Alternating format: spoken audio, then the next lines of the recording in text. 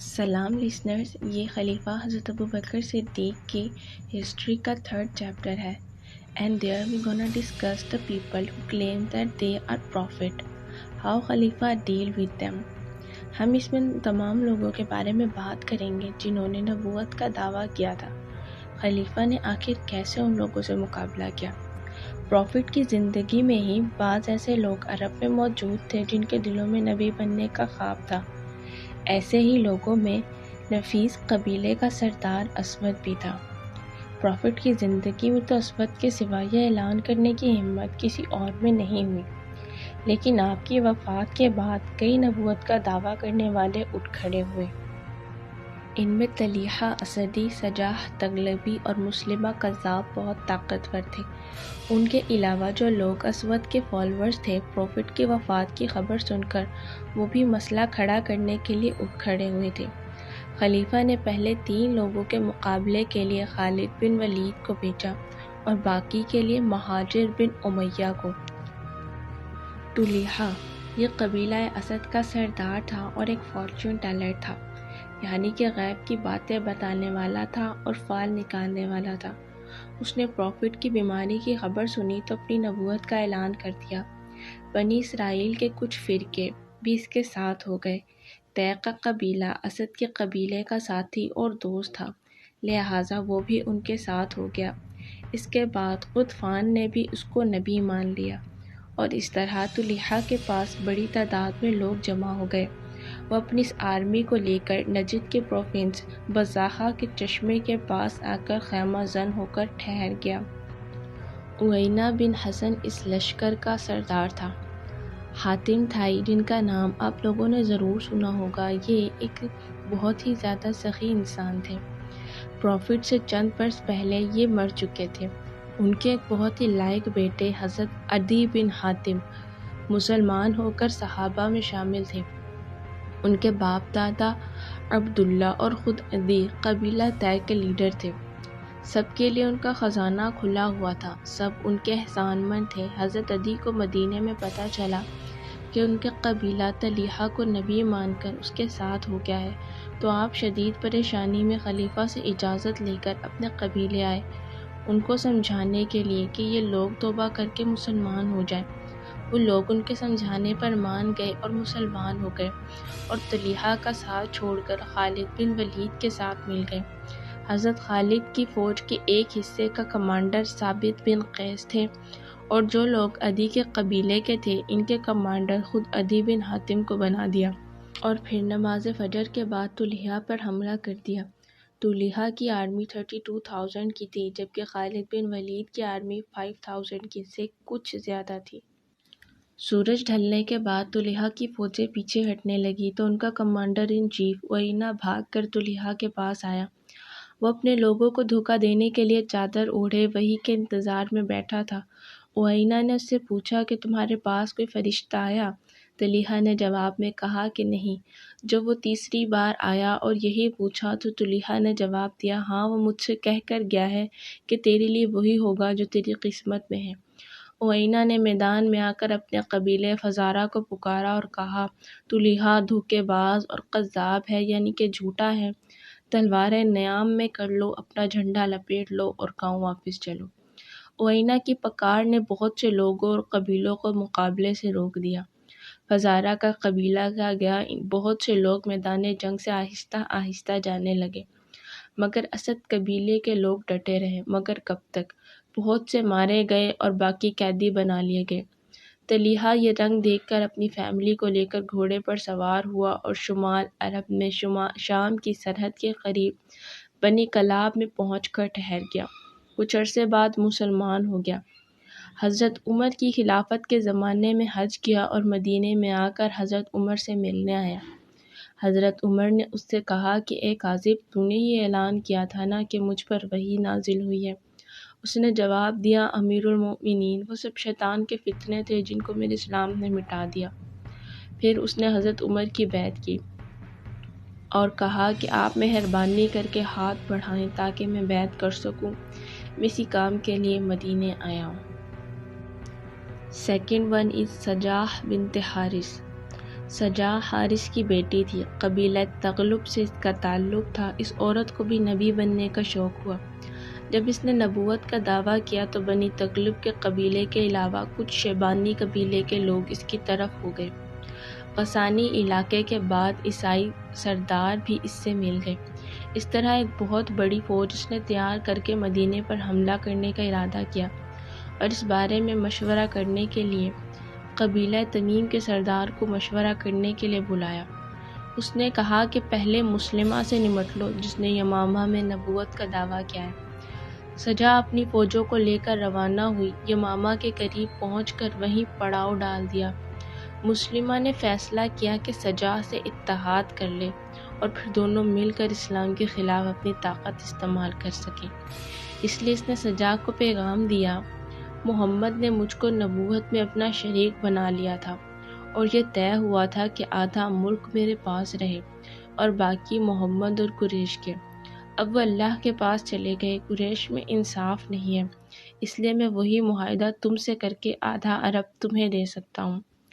اس نے سجا سے ملاقات کی۔ بات چیت کے بعد سجا نبوت سے دستبردار ہو گئی۔ اس نے مسلمہ کو نبی مان لیا اور اس کے ساتھ نکاح کر لیا۔ اس نے اپنے نکاح کا مہر طلب کیا تو مسلمہ نے کہا کہ جا، میں نے تیرے مہر میں 2 وقت کی مشکل نمازیں فجر اور عشاء معاف کر دی ہیں۔ اس واقعے کے بعد سجا کی فوج اس کو چھوڑ کر چلی گئی اور وہ خود اپنے آبائی قبیلے بنی تغلب میں جا کر رہنے لگی۔ حضرت امیر معاویہ کے زمانے میں وہ مسلمان ہو گئی اور شہر کوفہ میں وفات پائی۔ 3rd one is مسلمہ۔ بنی حنیفہ کا قبیلہ بہت بڑا تھا اور پروفٹ کی زندگی میں ہی مسلمان ہو چکا تھا۔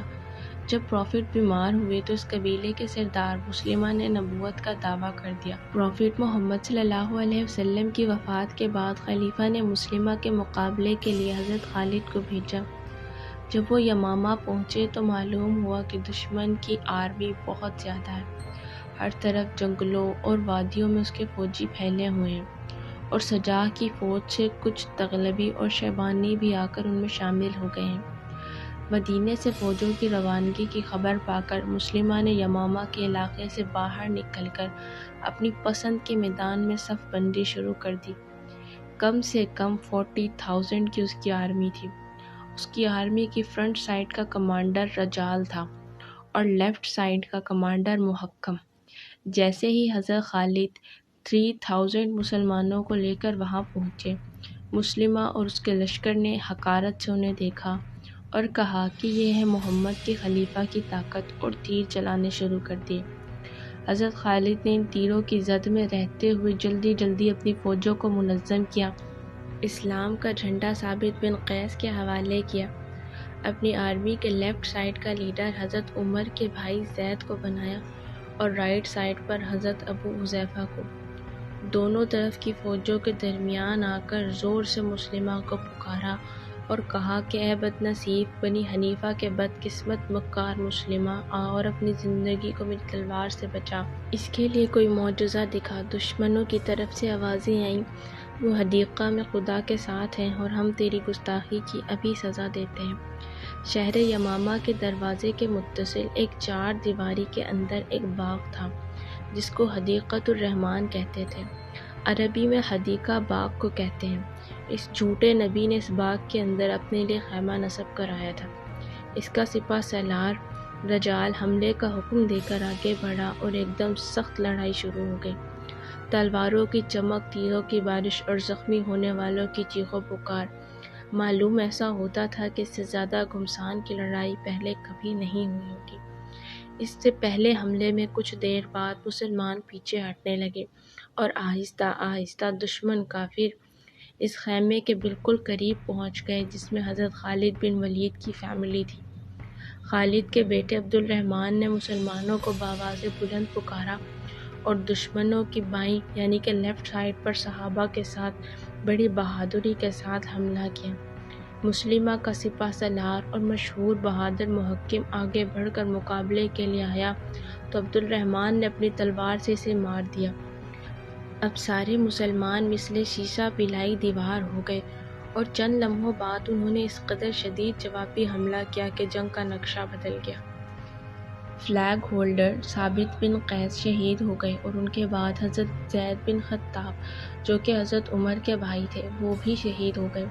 تو ابو حذیفہ نے علم سنبھالا۔ ان کے شہید ہونے کے بعد ان کے غلام اور پھر صحابہ پہ ایک بلند مرتبہ صحابہ حضرت سالم نے، اور جب یہ سب اسلام کے جھنڈے کی حفاظت میں اپنا ایک ایک قطرہ خون بہا چکے تو آخر میں حضرت برا نے جھنڈا اٹھایا اور مسلمانوں کی فوج کافروں کو دھکیلتے دھکیلتے مسلمہ کے حدیقہ تک پہنچ گئی۔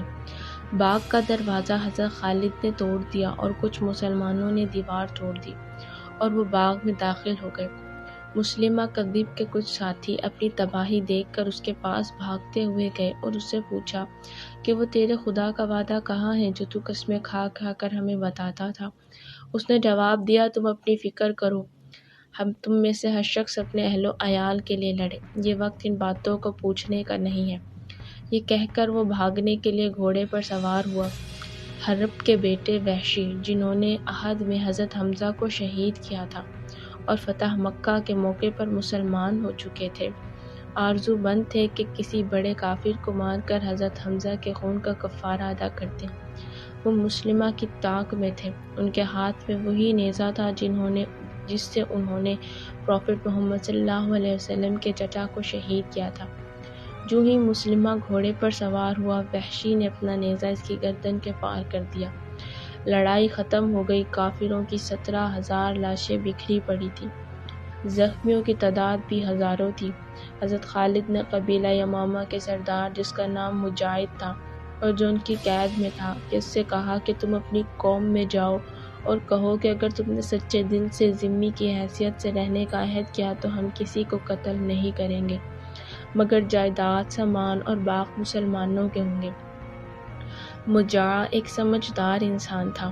اس نے ایک عجیب عمل کیا۔ اس نے عورتوں کو سولجرز کی طرح تیار کر کے قلعے کی فصیل پر فورٹ بارڈر پر کھڑا کر دیا اور واپس آ کر کہا کہ یمامہ کے لوگ کہتے ہیں کہ صرف 1/4 1/4 سامان اور جائیداد آپ لے لیں اور ہماری جان بخشی کر دیں تو ہم صلح نامے کے لیے تیار ہیں۔